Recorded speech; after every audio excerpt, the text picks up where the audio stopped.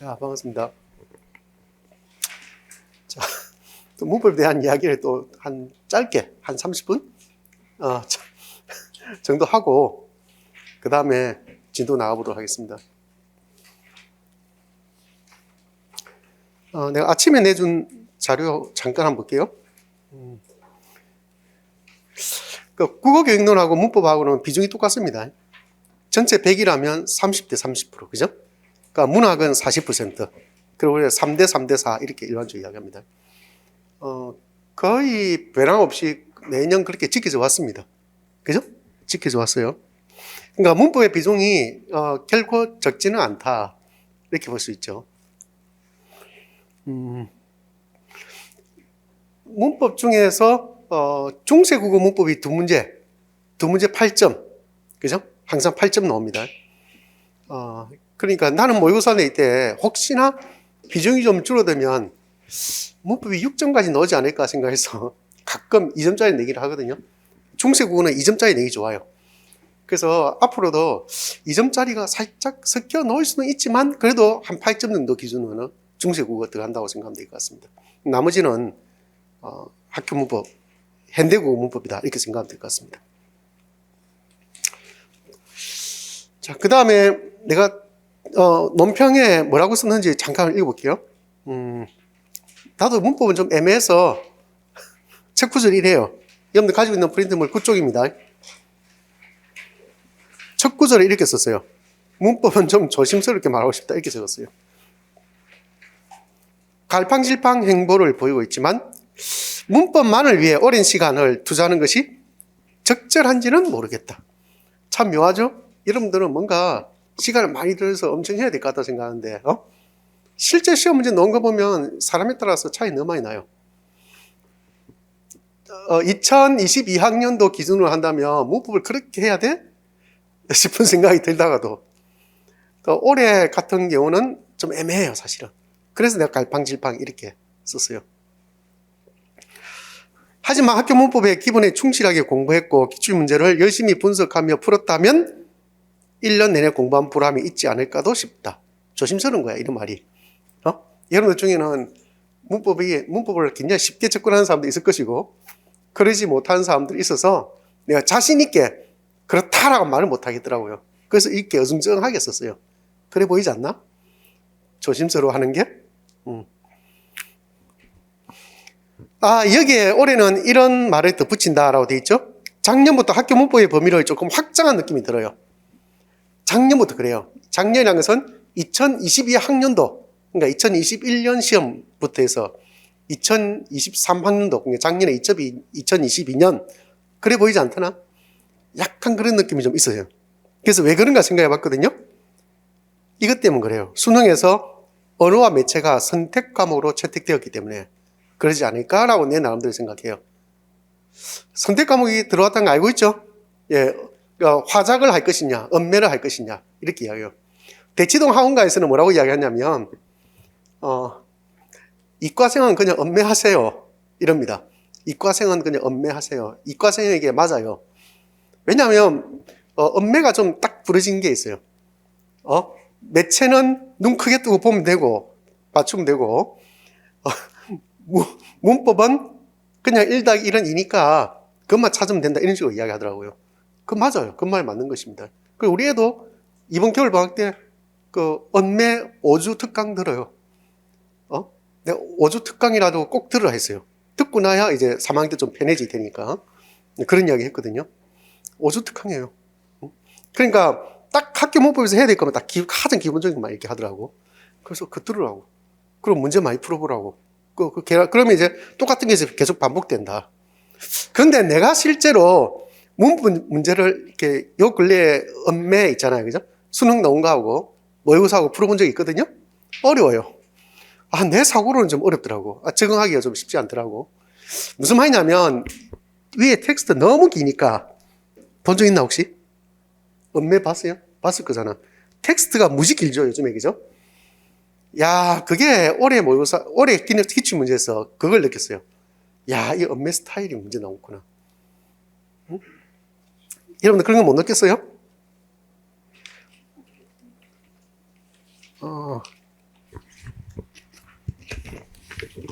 내가 이 기출문제를 늘 이렇게 들고 다니거든?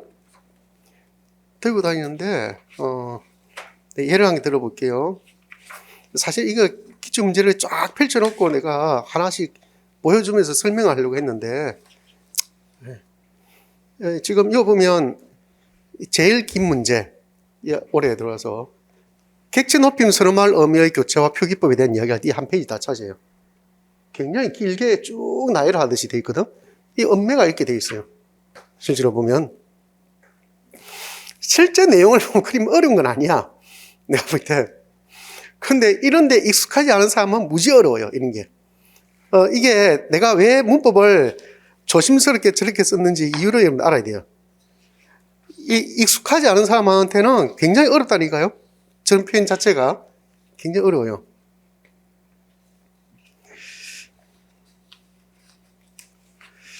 그래서 좀 더 볼게요.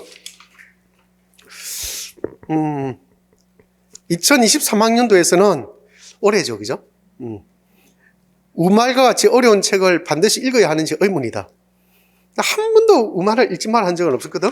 능력되면 읽어라, 이거거든? 능력되면 읽어야 되죠, 그죠? 근데, 본인이 능력이 안 되는데 읽어야 될지는 잘 모르겠어요, 솔직히. 여기에 시간 너무 많이 투자하는 듯한 느낌이 들었어. 시간 너무 많이 투자하는 데 비해서 성과가 없는 것 같았어. 좀 그런 느낌이 있어요. 이제 이 책도 옛날 책이 되어버렸다는 느낌이 들었습니다. 그래서 나도 올해는 그렇게 해볼 생각이거든요. 수능 기출문제와 교과서 분석 이쪽에 좀 신경을 좀 써볼 생각이에요. 언어 매체와 관련된 책 있잖아요. 교과서 있잖아요. 하고 수능 기출문제나 모의고사, EBS 문제 이런 걸 좀 봐봐야 되겠다라는 생각하고 아마 모의고사 때 이런 것들 좀 활용하지 않을까 하는 생각이 들어요. 근데 작년에는 문학이나 이런 것들은 늘 매년 그런 걸 많이 이용하거든요. 근데 올해는 문법도 좀 그래 보일 필요가 있지 않을까라는 혼자 그렇게 생각하고 있습니다. 근데 왜 내가 이제 문법을 쓸 때 이렇게 내가 오늘 쓴 게 아니고 이거 설명회 때 쓴 거, 그 전날에 쓴 거거든요. 꼭 오늘 쓴 것 같은 느낌 들지? 이런 느낌상. 응?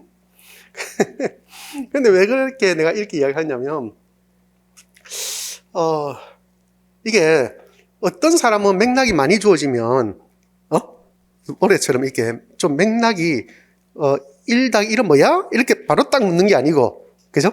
앞에 막 맥락이 주어지면 그냥 꽝인 사람이 있고 어떤 사람은 그런 게 주어지면 무지 잘 쓴 사람이 있어요. 다 주어지니까. 맞잖아요. 그 분명히 호불호가 나뉩니다. 그러니까 여러분들은 그 호불호에 따라서 여러분들의 상황을 점검하고 판단할 줄 알아야 돼요. 나는 어떤 유형의 인간형인가? 응? 무슨 말인지 알겠죠? 무슨 형이야, 본인은?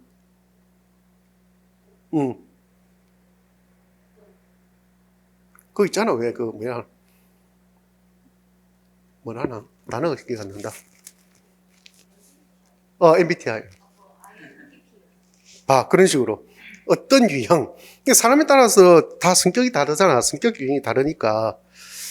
그런 것처럼 이 문법을 대할 때도 여기에 맞는 사람이 있고 맞지 않은 사람이 있어요. 무슨 말인지 알겠죠? 그래서 자기는 맥락이 주어진 걸 좋아하는 사람이 있고 맥락이 주어지지 않은 것을 주어진 것을 싫어하는 사람이 있거든. 그걸 자기가 본인이 잘 파악해야 돼. 아시겠죠? 그래서 거기에 맞게 공부하는 게 맞지 않나 하는 생각이 들어요. 그리고 실제로 문법이 뭐가 나오는지를 내가 쭉 한번 봤거든요. 문법이 단어에서 형태소 결합, 모음의 어울림, 그 2점짜리 나왔고, 그 다음 또 문법 해봐야 이 고쳐쓰기하고 연관지어서 부정확한 표현이죠. 뭐 이런 것도 있었고, 내가 문법이라고 넣었지만, 그 다음에 말소리에서 음소청의 어문 변동, 어문운적 제약, 뭐 이것도 그닥 어려운 건 아니었잖아요, 그죠? 결국 이제 소리의 등장성, 장음화되는 거 있잖아요. 축적되면서, 그죠? 그 이야기고. 그 다음에 중세 국어에서는 객체 높임 선언말, 아까 이야기했잖아. 교체와 표기법에 대한 이야기. 그 다음에 복합의 구성, 의미 구성 요소에 대한 거, 그죠? 그것도 뭐 그렇게 어려운 건 아니었고.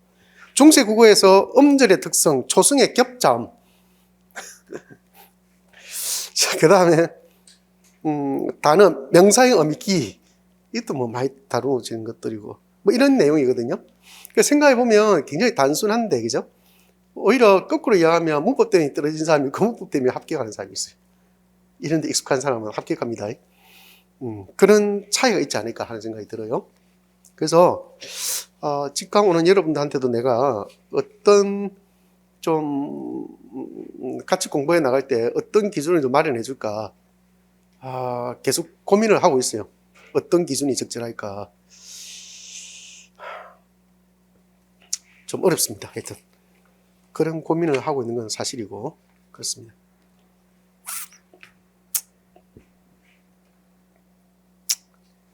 그리고 여기 보면 연간 계획서를 보면 14쪽입니다. 우리가 1, 2월에는 지금 이 시간에 하잖아. 목요일 오후에, 그죠? 오후에 이 시간에 하거든요. 3시간 정도 하는데 학교 문법에 의해가지고 현대국어 문법만으로 이제 8주도 합니다. 이것도 실제로 제 앞부분 빼고 하는데도 시간 무지 많이 걸리더라고요. 그죠? 천천히 하면 시간 많이 걸리고요. 또 하면서 나도 중간중간에 빼먹고 그렇게 합니다. 생략하고 넘어가고. 다음에 3, 4월에 가서 해야지 라고 생각되는 것들은 그냥 패스하고 그렇게 하거든요.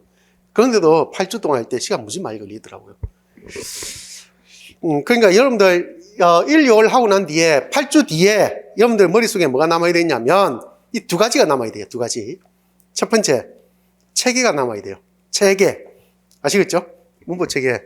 그러니까 이게 쉽게 되진 않는데 나도 내 교재가 완벽하다고 생각하지는 않거든요.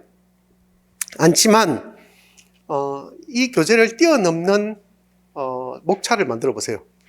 그래서 첫 번째 제안 주는 것은 해주는 것은 목차 만들기.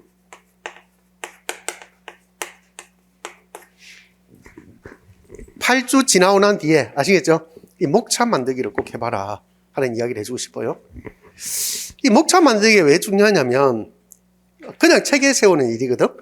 세부적으로 한 세워보세요. 아시겠죠? 세부적으로. 그래서 형태수가 있으면 형태수의 뜻 맞죠? 형태수의 종류에 들어가면 또 뭐가 돼? 자립성 유무에 따라서 실질적 의미 유무에 따라서 맞죠? 그 다음에 그 다음에 또 뭐가 돼요? 자립성 유무에 따라서 자립 행동에서야 형식 형태소냐, 그죠? 또 그 밑에 또 뭐가 다요? 자립 형태소는 또 어떤 게 있고, 형식 형태소는 또 어떤 게 있고, 뭐 이런 거 있잖아요, 왜, 그죠? 쭉 그렇게 목차를 정해보라고요. 그렇게 하면, 그렇게 쭉 엔터 치고 또 그 다음 달고, 엔터 치고 그 다음 달고, 이렇게 하면, 기준을 한 12쪽 정도 나오게끔, 현대국어 문법을. 내 생각에, 그 정도 사이즈 한 10 정도 하고 160 정도를 하면 한 12쪽 정도 나오지 않을까? 예전에 어떤 애가 한 거 보니까 옛날에 내 조교했던 애는 한 16쪽까지 만들었더라고. 내 달라 소리는 안 하니까 그냥 가지고 왔는데 그렇게 만들어 왔더라고. 그렇게 목차를 한 정해보세요. 아시겠죠? 그 목차 정할 때 내 교재만 보지 말고 이 책 저 책 봐가면서 같이 정하고 필요한 부분도 보충하고 그죠? 그렇게 하면 여러분들만의 교재가 될 겁니다. 꼭 정해보고요. 자, 두 번째. 개념 이해. 응? 개념 이해. 누군가 옆에 툭 치면 바로 답이 탁 나올 정도로. 아시겠죠? 형태수 뭐야 하면 형태수 탁 튀어나오고, 최소의 유효 이미 다니에요. 뭐 이런 식으로 있잖아요. 그죠? 그런 식으로 탁 건드리면 탁 튀어나올 정도로 있잖아요. 그죠? 개념만은 정확하게 기억하고 있어야 된다. 이게 왜 필요하냐고 하면, 보통 나는 개인적으로 그렇게 생각하거든요. 공부의 두 가지는 이 두 가지라 생각해요. 항상 공부의 두 가지다 저게. 아시겠죠? 어떤 경우라도 공부하고 나면 제일 남는 게 저 두 가지인데 왜 그러냐면 우리 머릿속에 인지구조와 동일해요. 저게 우리 머릿속에 인지구조가 아까 뭐라 했어요? 오전에 스키마를 했잖아요. 스키마가 그렇게 돼 있어요. 그러니까 제가 내 머릿속에 담아두기 굉장히 좋아요. 아시겠죠? 저는 구조화가 내 머릿속에 저장시키기가 좋다고요. 그죠? 그렇다 해서 모든 걸 다 암기하란 말은 아니거든요. 암기하란 말은 아닌데 단어의 뜻을 모르고 단어만 아는 것은 의미가 없잖아. 그게 이제 이 개념이고 단어의 뜻도 좀 알았으면 좋겠다 하는 거고, 그죠? 그 단어, 용어의 뜻도 알았으면 좋겠다는 것이고, 그렇게 그 다음에 이 목차 만들기는 체계를 좀 세웠으면 좋겠다 하는 거예요. 뼈대 만들기. 뼈대 만들기와 그 빼대에 들어가는 핵심 개념에 대한 정의는 알고 있어야 된다. 그럼 나머지는 어떻게 되겠어요? 차곡차곡 그 다음에 노는 거는 차곡차곡 넣어두면 되는 것이죠. 이해됐죠? 나는 게을러서 그렇게는 하지 않는데 뭐 그렇게 하다가 본인이 뭐 다음에 기출문제를 보거나 또 다른 문제를 보거나 그죠? 할 때 필요한 거 있으면 그 밑에 차곡차곡 이렇게 문제 유형화해서 채워 넣으면 돼요. 그럼 양이 굉장히 많아집니다. 그리 같죠? 예. 그리고 여름 만에 노트를 만들어 본 게 어떨까 하는 그런 생각이 듭니다. 그 다음에 1, 2월은 어쨌든 끝나고 나서 8주 뒤에 이 두 가지는 꼭 했으면 좋겠다는 생각을 가지고 보고요. 3, 4월에 가면 중세국어 문법 기초 이렇게 들어갑니다. 중세국어 문법 기초. 왜냐하면 내 교재에는 기초가 있고 심화가 있거든요. 그죠? 기초가 있고 심화가 있거든. 근데 중세국어 문법 기초. 그 다음에 현대국어 문법 다시 한 번 더 반복 이렇게 됩니다. 됐죠? 그러니까 여러분들은 못 느끼겠지만 3, 4월에 하는 것은 살짝 현대국어 문법도 갈등 요소를 넣어서 내가 강의합니다. 똑같이 하진 않아요. 내 똑같은 책을 보고 있어도 똑같이 하진 않고 내 스스로는 그렇게 한다고 노력하거든. 여러분들은 어떻게 느낄지 모르겠지만 그 대신 양이 줄어들잖아. 양이 8주 동안 하던 것을 뭐 한 5주 뭐 그죠? 이렇게 팍 줄여서 하잖아요. 그죠? 그러니까 처음부터 끝까지 다 할 수가 없잖아. 그래서 더 할 것 더 하고 뺄 것 빼고 이렇게 한단 말이야. 내 나름대로는. 그렇게 해서 반복해요. 그래서 내가 심화 1 이렇게 적어 놓은 거야. 아시겠죠? 그 다음에 내가 지금 또 갈등하고 있는 게 중에 한 가지가 뭐냐면 이 중세국어 문법 기초예요. 이 기초가 아닌 거야. 무지 정리가 잘 돼 있거든요. 잘 돼 있는데 잘 돼 있어요. 어쨌든 요즘에 기출문제 나오는 거 보면 딱 이 정도 수준이야. 이 정도만 해도 나는 나쁘지 않다 생각하거든. 충분하다 생각하거든. 근데 3, 4월에 가면 중세국어 문법 심화 이렇게 돼 있잖아. 내 교재 뒤쪽에 있거든요. 그러니까 이게 사람에 따라서는 어려운 거야. 중세국어 문법 심화 들어가면 이게 어렵단 말이야. 그래서 이쯤 되면 5, 6월이 원래 뭐예요? 좀 기운 빠질 때잖아. 노는 날도 많고 그죠? 날도 더워지고 그런 때거든. 그럴 때 꼭 이런 걸 해야 되나 하는 것에 대한 생각을 내가 진짜 많이 해요. 매년 느껴요. 이걸 진짜 이걸 해야 될까? 안 그래도 공부하는 사람들 힘들어 죽겠다 하는데 내가 꼭 이걸 해야 되나 하는 것을 매년 그렇게 느끼면서 해요. 무슨 말인지 알겠죠? 근데 심화하고 기초하고 좀 쉬우면 간단하면 되는데 공통점도 있지만 뒤로 갈수록 어려워요. 이 심화가. 그래서 고민이에요. 그리고 나는 이 문법 교재에 대한 자부심이 있는 사람이거든? 근데 나는 자부심이 있는데 여러분들은 그 자부심 모를 거야, 아마. 근데 내가 이 인강을 또 들을지 모르겠지만 작년에 인강을 들었더니 그 우리 카페에도 그게 수강 후기 적었잖아, 왜, 그죠? 거기도 적어 놓고 한데 자기는 그러대. 그 적어 놓은 거 보면 너무 잘 됐다는 걸 보고 깜짝 놀랐다고. 근데 그렇게 말하는 사람이 잘 없어요. 실제로. 예전에 그 최모 선생님 지금 가 있는 선생님, 그 선생님도 똑같은 이야기 했어요. 야, 이 책 진짜 잘 됐다고. 응? 근데 그 선생님들은 그렇게 이야기했는데 다른 사람한테 그 이야기 들어본 적 없거든? 근데 뭐 인강을 듣는 그분은 합격했는지 아닌지 내가 알 수가 없지만 초수를 다 했으니까. 그 써놓은 거 보니까 무지 열심히 공부한 사람이었고 그 최모 선생님은 문법을 무지 잘했거든? 근데 그 선생님이 나한테 와서 이야기하더라고. 자기가 이것저것 다 들어보고 다 써봤는데 이게 제일 좋은 것 같다고, 책이. 자세히 보면 오만 내용이 다 있다고. 그런데 실망스러운 것은 책 때문에 그래요. 책 표지나 책의 편집 때문에 그래요. 이게 예전에는 이거 거의 2배로 두꺼웠어요. 내용이 이게 내용이 더 많아요, 그때보다. 그때보다 내용이 더 많은데 책이 반으로 얇아졌어요. 편집이 엉망진창입니다. 그러다 보니 책이 좀 가치 없게 느껴지잖아. 왜? 보다 보면 뜯어지고 그렇습니다. 내가 수강생이 많으면 좀 책 좀 잘 만들어주자 할 건데 그게 안 되니까 그냥 학원에서 만들었으면 훨씬 좋았을 텐데 그냥 출판사에 맡겼더니 이렇게 만들어 왔더라고. 깜짝 놀랐어, 내가 진짜. 원래 이게 2배 정도 두께였어요. 그 당시에는. 그리고 내용이 그 당시 이보다 2배 많을 때보다 내용이 더 채워졌어요, 이게. 새로 다듬어지고. 그런데 보고 있으면 너무 가치 없어요. 기가 찰려다냐? 응? 뭐. 알아서 하시고, 판단하시고. 그 중세국어 문법 심화 이런 것들도 내가 진짜 고생하면서 왔네요. 이 책 중세국어 문법 심화한다고 정확하게 3년 걸렸습니다. 3년. 처음에 내가 막 집에 있는 중세국어 문법 온만 책들 다 꺼내놓고 하나하나 대조해 가면서 책에 세워가면서 다 만들었거든? 그 다음에 보니까 또 오타 놓고 또 실수한 게 나와. 또 새로 고치고 해서 3년차 완성시킨 거예요. 그리고 또 자꾸 나와서 새로 또 한 거예요. 손보고. 그렇게 해서 만들어 놓은 것인데 어려운 게 좀 다른 것 같아요.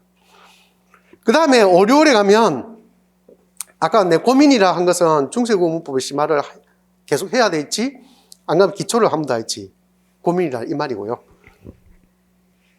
그거 말고 이제 현대국어 문법은 좀 더 할 생각입니다. 반복할 생각입니다. 뭐 이런 것, 뭐 이 정도입니다. 그 다음에 보통 이제 국어교육이나 문학은 7월 가서 기출문제 할 때 전체 다 풀진 않아요. 여러분들 경험해 봤잖아요, 작년에, 그죠? 요 근래에 서답형 때 거는 다 풀잖아요, 왜, 그죠? 그 다음에 과거의 것들은 선별적으로 보기도 하고 그러잖아요, 왜? 근데 문법은 임용시험 시작됐던 처음에 것부터 다 봐요. 처음 다 보잖아요, 왜, 그죠? 이게 봐버리면, 보면 2007년까지 넣었던 때 자주 넣었던 문제하고, 그 다음에 서답형 때 자주 넣은 문제의 유형이 조금씩 달라요. 뭔지 알겠죠? 그리고 이 서답형 때 2003년, 2004년 이때부터는 문제 좀 쉬워졌거든요. 좀 많이 쉬워졌고요. 객관식 때는 좀 어렵고, 문법이 그래요, 사실은. 그 다음에 쉬워졌는데, 해를 더할수록 문법이 매년 이렇게 조금씩 갱신되는 듯한 느낌이 들어요. 문제 유형이 좀 달라지면서, 그죠? 그렇게 갱신되어 왔죠. 어떤 때는 문법이 기출문제 풀어보면 알겠지만, 무지 어려울 때도 있었어요. 서답형 때. 무지 어려웠다니까요. 너무 탐구를 깊이 있게 들어가야 돼서, 굉장히 어렵게 느껴진 적이 있었지만, 대체로 근래에는 그렇게 어려운 문제는 아니라고 볼 수 있어요. 그래 보이죠? 네, 그런 느낌 분명히 있는 것 같아요. 어쨌든 문법은 반복되는 건 분명합니다. 아시겠죠? 중요한 내용이 반복되고 거기에 대해서 작년하고 올해는 언매 영향이 일부 있고, 그죠? 그래 대해서 문제의 변형이 약간 좀 변형이 시작됐다는 것 정도만 이해하면 될 것 같습니다. 아시겠죠? 네. 그 다음에 내가 이제 주로 밑에 기본 교재에 보니까 내가 뭐라고 적어놨냐면, 내 교재가 전공국어 학교문법 탐구인데, 그거 말고도 그 밑에 쭉 보면 문법과 관련된 책을 내가 어디 적었나? 따로 적진 않았구나. 그죠? 따로 적진 않았네. 아까 대학에서 봤다는, 그죠? 학교 문법과 문법 교육이 잘 돼 있어요, 사실은. 잘 돼 있으니까 그 책으로 봐도 됩니다. 이제 2번, 3번 공부한 사람들은 사실 그 책이 굉장히 쉬워 보이거든요. 쉬워 보이지만 나는 어떤 생각을 가지고 있냐면 쉬운 게 중요하다고 생각을 가지고 있어요. 쉬운 게 중요하다.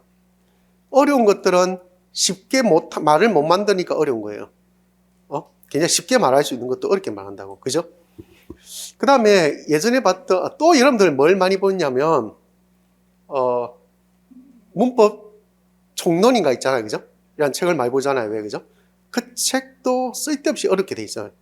필요 없는 부분이 너무 많아요. 그 책도.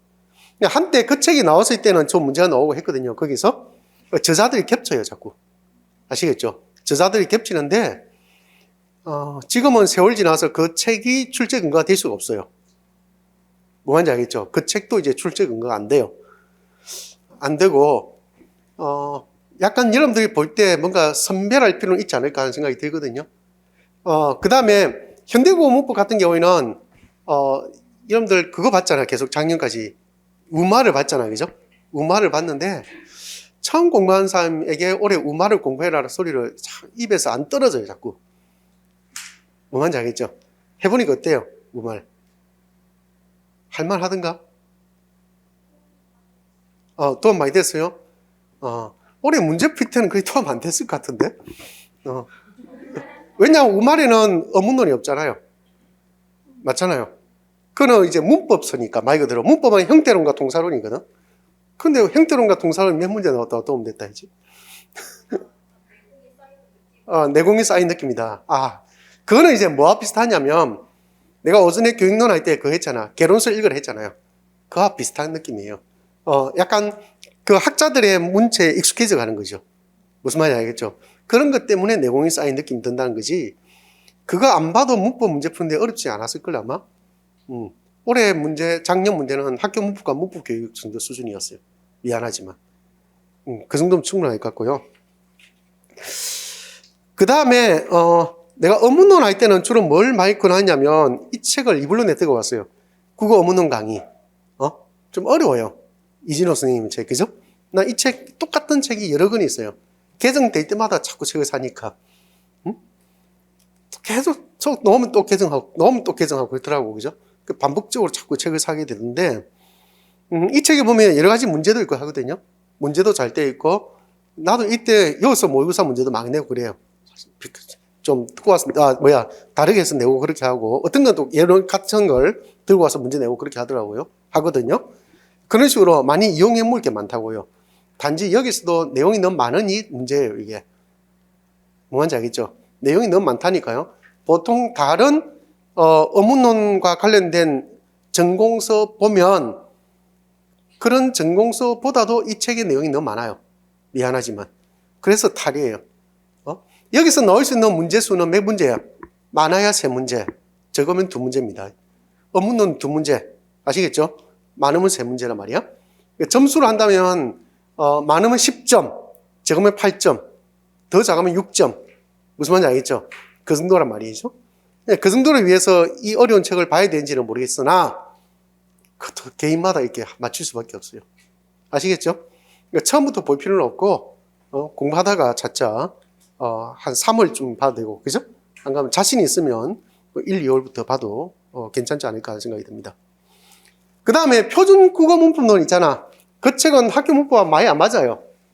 체계가 많이 안 맞아요. 기술 방식이 안 맞다고요. 그럼 나는 이제 예전에는 5, 6월에 그 중세국어 문법 심화해놓고 그럼 시간이 한 4주 정도, 3주나 남거든? 그때 뭐 했냐면 예전에 표준국어 문법론 있잖아요. 그 예문을 싹 뽑아가지고 그 예문을 가지고 분석해주는 수업을 했었어요. 무슨 말인지 알겠죠? 예문 가지고 분석해주고 하는 걸 3, 3문구 9시간 정도 했던 기억이 나거든요. 근데 그 책을 가만히 보니까 학교 문법 체계하고 기술 방식이 좀 달라요. 그게 좀 어려움이 있더라고. 그래서 이거는 그걸로 가지고 공부하면 좀 곤란하겠구나라는 생각이 들었어요. 그 문법은 되도록이면 그 학교 문법의 체계에 따르려고 하는 책을 보는 게 제일 좋아요. 아시겠죠? 그래야 용어상의 통일성이 좀 있습니다. 용어의 통일이 좀 있고, 그러니까 기술 방법상에 좀 통일이 좀 되어 있어요. 이해됐죠? 네, 그렇게 했으면 좋겠습니다. 그 다음에,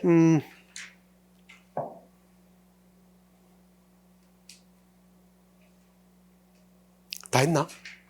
일찍 다 했죠? 뭐, 더 질문할 거 없나? 내가 30분 동안 한다 했는데 28분이야.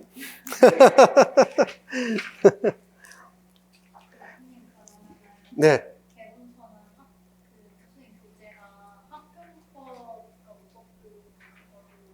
그 가장 기본이니까요.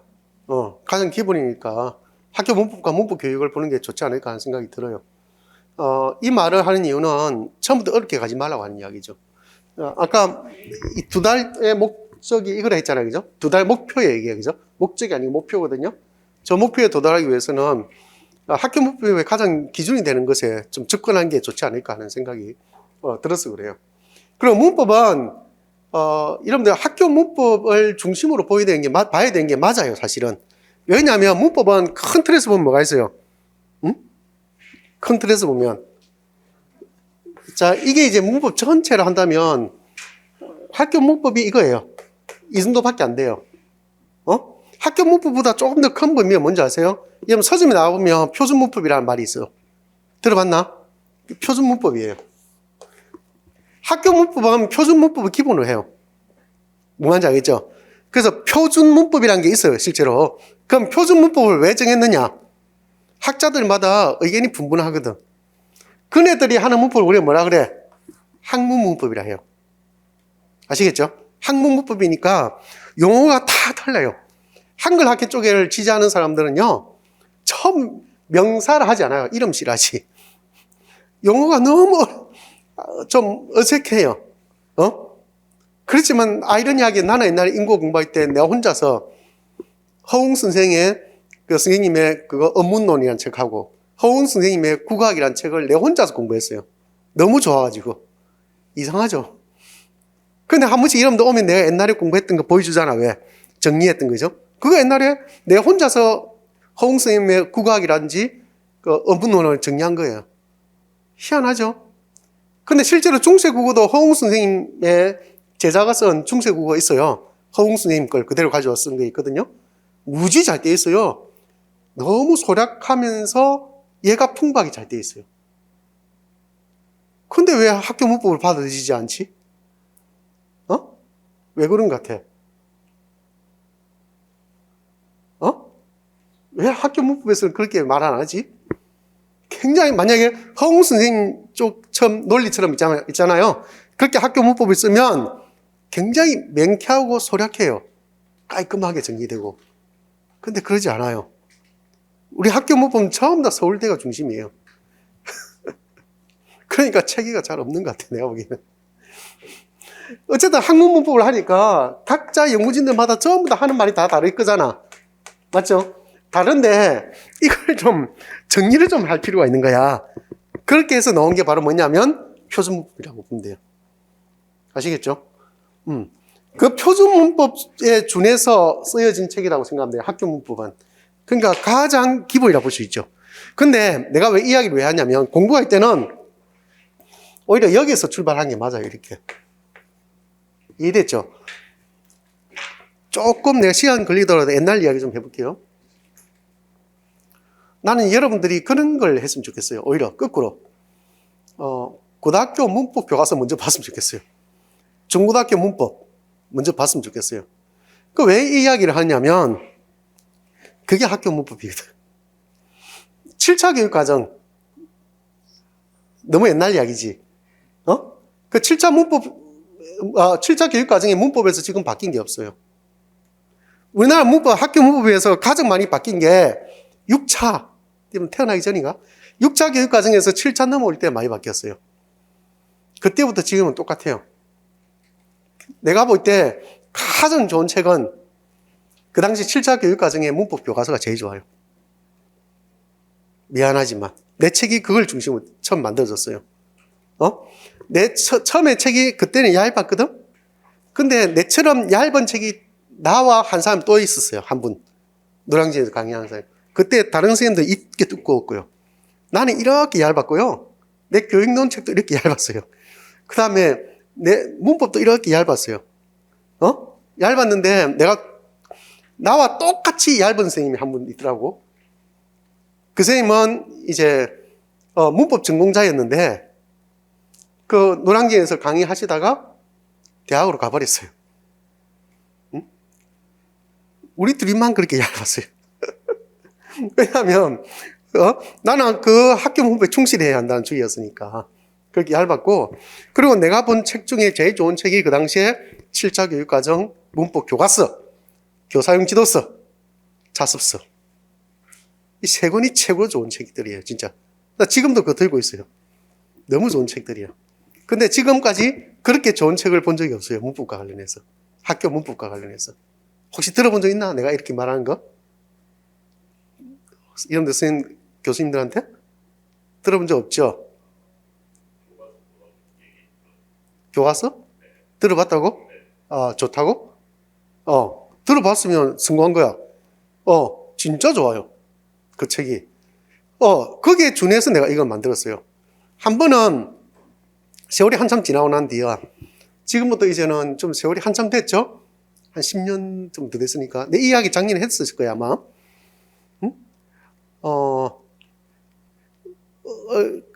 어떤 직강에 온 친구가 뭔가 책을 보는데 내가 그게 익숙해 보이더라고. 많이 본 책인데? 야, 그거 내 책 아니야? 이랬어. 옛날 문법책을 들고 있더라고. 야, 이거 내 책인데 아직도 이 책 봐? 이랬다고. 그 친구가 하는 말이 그거야.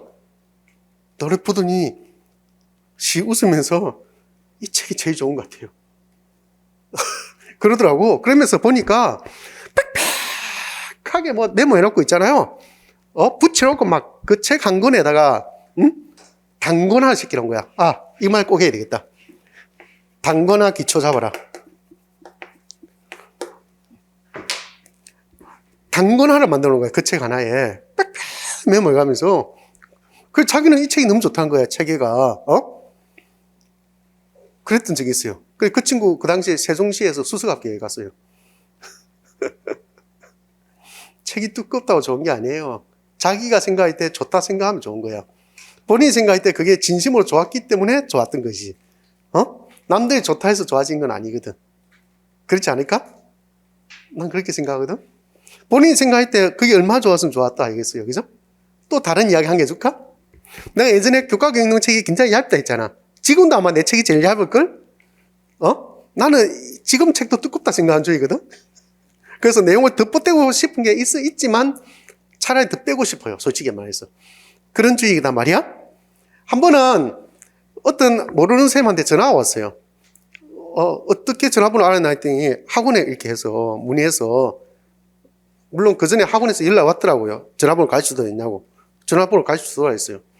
그 연락 왔는데 학교에 있는 현직 교사였어요. 노량진 근처에 살면서 저 일산의 학교에 출퇴근하는 고등학교 교사더라고. 그래서 차 한잔 하자 해서 자취에서 만나서 이야기 들어보니까 그 선생님이 이제 전문직으로 나가려고, 쉽게 말해서 장학사로 나가려고 있잖아요. 시험 준비하고 있다 하더라고.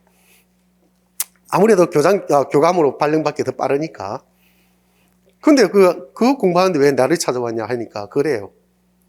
사실은 나보고 사진을 보여주면서 이 책 없느냐고 그래요.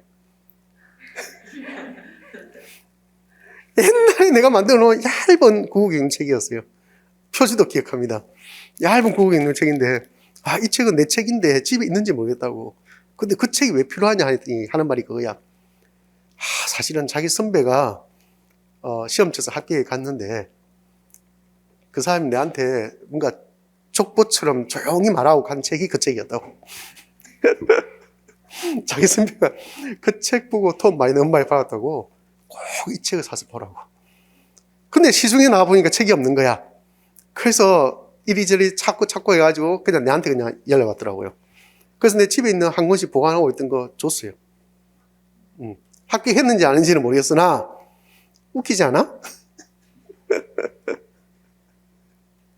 내가 하고 싶은 이야기는 자기가 좋다 하면 좋은 거예요. 무슨 말인지 알겠죠? 여러분들도 좋다 생각하면 좋은 거고 뭐 가치를 모르면 뭐 안 좋은 거 그런 거란 거 그렇게 생각이 듭니다. 자, 그래서 뒤에 가면 이 단권화 해보는 것도 괜찮습니다. 단권화한다는 것은 여러분들이 한 권을 택해서 있잖아요, 그죠? 그 한 권을 중심으로 한 권 속에 그 책 속에 나오는 내용들은 그대로 두고 있잖아요, 그죠? 그게 보충해야 되거나 해야 될 내용이 있잖아요. 그런 것만 그 책에 자꾸 보충해가면서 분량을 넓혀가면서 내용을 늘려가는 거죠. 아시겠죠? 그러면 실제로 문법은 그 한 권만 들고 있으면 되잖아. 이 책 저 책 막 흐트러지지 않고, 그죠? 그 하나만 하면 되거든요. 그렇게 공부하는 것도 좋지 않을까 하는 생각이 들어요. 아시겠죠? 일단 당장 할 필요는 없는데 8주 동안 이거 하고 나서 그 다음에 고민해 보기 바랍니다. 여러분들 어떤 책을 기준으로 단권화할 것인지, 그죠? 그렇게 정하면 되지 않을까 하는 생각이 듭니다. 자, 또 질문 있으면 안 하고 이야기해 주기 바랍니다. 그럼 답하고 넘어가게. 중세는요. 중세는 내가 쭉 다 보니까 여러분들 수준 딱 보기에 딱 좋은 책이 몇 권 있는데 방통대 교재 중세 국어 이해라는 책이 있어요. 그 책이 은근 괜찮거든요. 김호건 선생님 책입니다. 안 바뀌었을 거야 아마. 그 책이 나쁘지 않아요. 설명이 괜찮아요. 그럼 예문도 보통 우리가 보는 학교 문법 있잖아요. 표준국어 문법 논 이쪽에 없는 예문들도 좀 있고 그렇거든요. 나도 그 책을 많이 인용했어요. 그렇게 보면 되고요.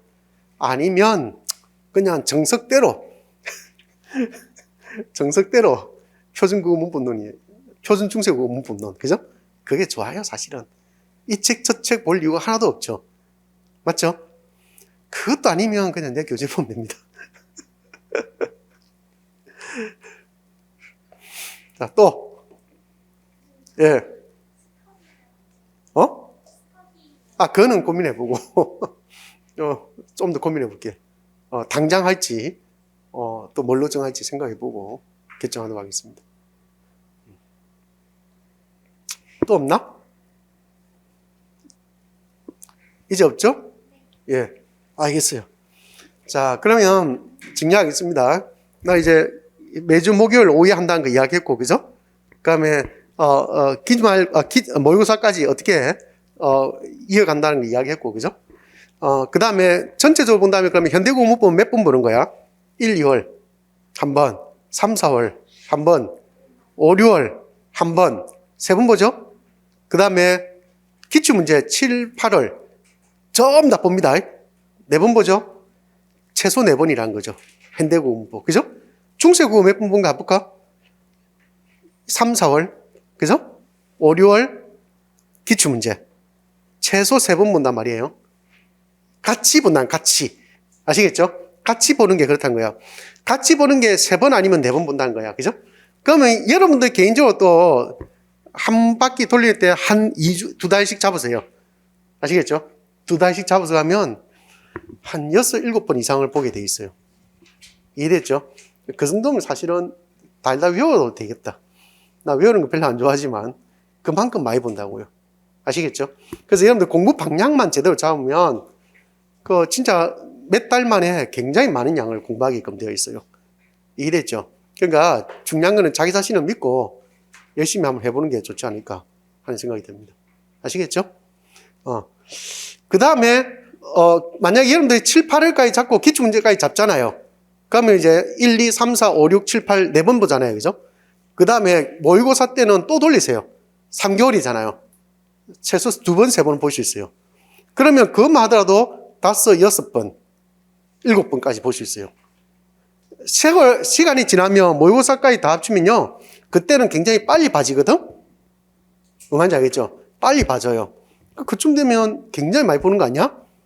응? 그러니까 문법을 어렵다 생각하면 이상한 거지. 그래 보이지 않아요? 절대 어렵지 않아요. 어렵지 않다라고 생각하고 편안하게 봤으면 좋겠습니다. 그 다음에 요즘에 시중에 나와보면 몇 년 전에 나왔던 책이 있어요. 문법하고 싶은 문법. 더 문법하고 싶은 문법. 무슨 말 알겠죠? 그런 책들도 나와 있으니까 약간 쟁점이 될 만한 내용도 있잖아요. 그죠? 탕구거리가 되는 책들, 내용도 있잖아요. 그 시중에 나와 있는 그런 책들 보면서 조금 더 이해를 더하면 됩니다. 아시겠죠? 네. 그러니까 책이 없어서 못하는 게 아니고, 열심히 하는 뜻이죠. 자, 이 정도 하겠습니다. 좀 잠깐만 쉬었다 그냥 바로 나가겠습니다.